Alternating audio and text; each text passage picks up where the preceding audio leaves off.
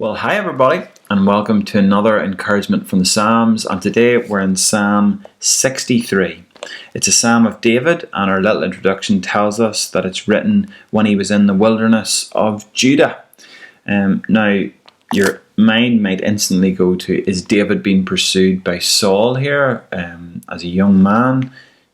We don't think that is the case because most commentators would point to verse 11, and it suggests that David is already king. So it's much more likely this is during the time when Absalom, David's son, rebelled against his father, and David is in the wilderness now. And it says, "O God, you are my God. Earnestly I seek you. My soul thirsts for you. My flesh faints for you, as in a dry and weary land where there is no water." So folks, David is writing this from a dry and weary land where there is no water.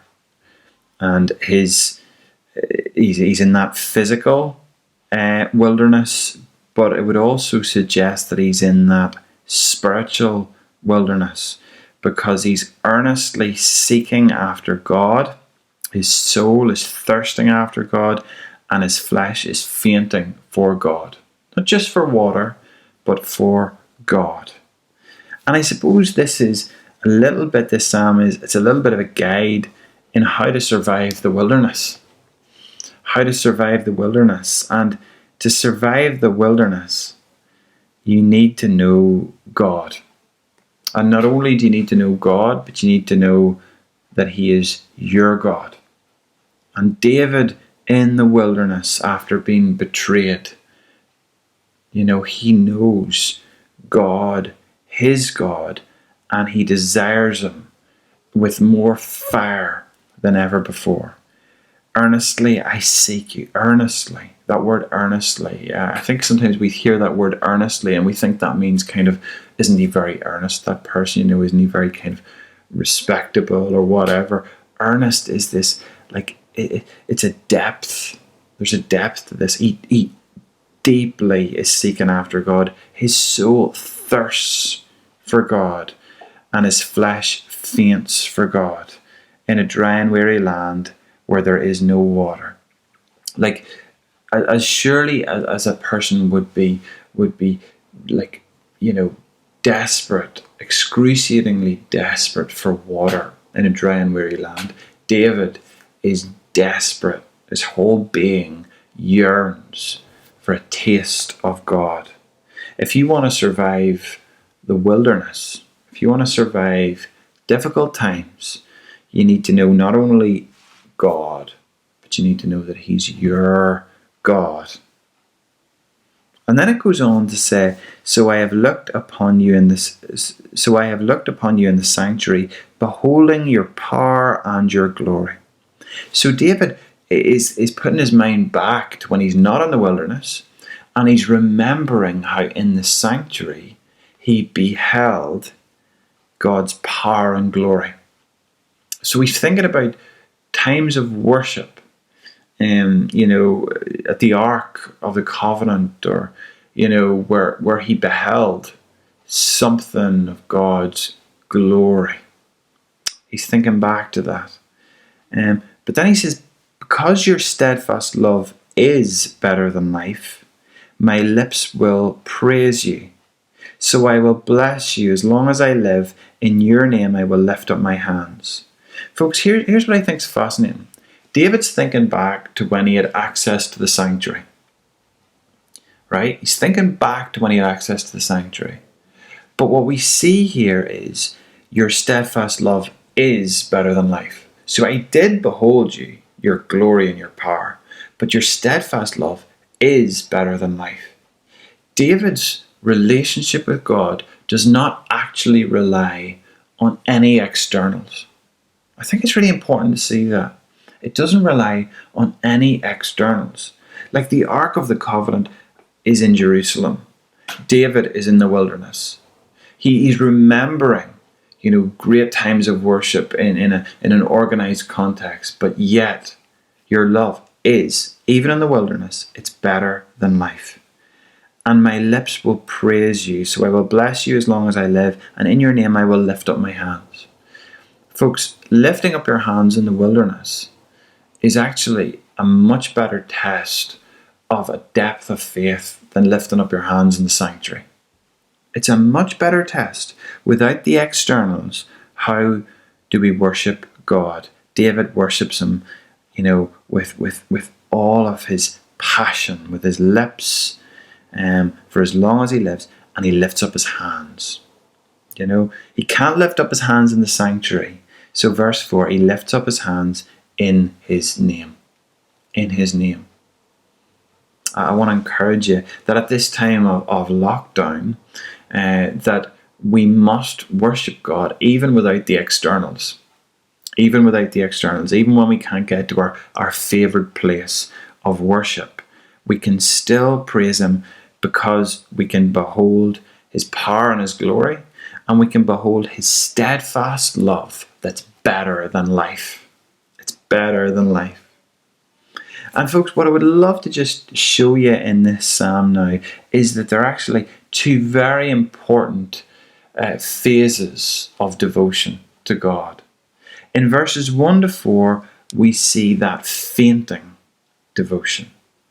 That ache. There's an important ache of being kind of separated from God. That we actually shouldn't despise. Okay? Now you think about it like this. Imagine you haven't seen a loved one during lockdown. You haven't seen a loved one for some time.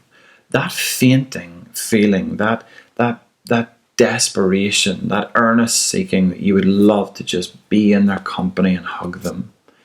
That is a true reflection of your passion for them. But verses 1 to 4 speak of that. But then verse 5, my soul will be satisfied as with fat and rich food. My mouth will praise you with joyful lips. Feasting. There's a feasting here. You faint, so desperate for something, and then you feast on it. Oh, I would love a kebab. I would love a kebab. Thinking about it all day. I'd love a kebab. And then you get the kebab and you feast on it. And the feasting is made sweeter by the fact that you've actually had to faint for it all day long. I think this is the problem, isn't it, with buying things on credit? Delayed gratification is no longer. We get it, and we haven't had to fight for it. But the fighting is actually a big part of the satisfaction. I remember I worked a whole summer when I was at university because I wanted a specific type of laptop, a Sony Vaio. And I worked all summer, and then I got it. And the feasting was made all the sweeter because of the fainting. The waiting made the receiving so much greater. But David is satisfied in God. He's satisfied in God. He's fainted for God's presence, and my soul will be satisfied. Folks, it's important that we learn how to be satisfied in God. Like, if you get more enjoyment out of TV and more enjoyment out of, food than you do out of the living God who wants to come in and fill your whole life, there's something wrong. There's something absolutely wrong. I love in The Weight of Glory by C.S. Lewis what he says. I'm not going to read it all to you, but I'll read just a few select little pieces of it. The Weight of Glory by C.S. Lewis. Here's what he says. If you asked 20 good men today what they thought the highest of virtues was, 19 of them would reply unselfishness. Okay? So if you asked 20 good men what the highest virtue was, they'd say unselfishness. But if you'd asked almost any of the great Christians of old, he would have replied love. You see what has happened? A negative term has been substituted for a positive. The negative ideal of unselfishness carries with it the suggestion not primarily of securing good things, but of going without things ourselves, as if abstinence and not happiness was the important point. Okay? Now think about that. That's absolutely fascinating, isn't it? So many times we think of the Christian life as self-denial. But actually, it's satisfaction that's been offered to us. And it comes in really clearly in another little portion of what C.S. Lewis says. He said, if we consider the unblushing promises of reward and the staggering nature of the rewards promised in the Gospels, it would seem that our Lord finds our desires not too strong, but far too weak. We are half-hearted creatures fooling about with drink and sex and ambition when infinite joy is offered us. We're like ignorant children who want to go on making mud pies in a slum because we cannot imagine what is meant by the offer of a holiday by the sea. We are far too easily pleased. Do you see what it's saying? It's actually saying that, when we're in the wilderness, we should faint for the ultimate satisfaction. And the ultimate satisfaction is not water and it's not food. It's God. And He can satisfy our deepest needs. And that's why David goes on to say, I will remember you upon my bed. I will meditate on you in the watches of the night. For you have been my help. In the shadow of your wings I will sing for joy. My soul clings to you, and your right hand upholds me. It says in the Bible, it says, at your right hand there are pleasures forevermore. At your right hand there are pleasures forevermore. My soul clings to you, and your right hand upholds me. Your right hand gives me just blessing after blessing after blessing. And then the psalm finishes, but those who seek to destroy my life shall go down into the depths of the earth. They shall be given over to the power of the sword. They shall be like a portion for jackals. But the king shall rejoice in God. All who swear by him shall exult, for the mouths of liars will be stopped. Folks, think about this. Even on the run, in the wilderness, cowering for his life as he's been rebelled against by his own son, David still knows that he's king. Here's what I would love for you today. I would love that you, in the wilderness, away from the sanctuary, in this disorientating, confusing, difficult time, I would love it if you knew that you were still royalty. I would love it that you still knew that you were worth so much to your God, and that His eye is on you, and that even in the wilderness, you are still a royal.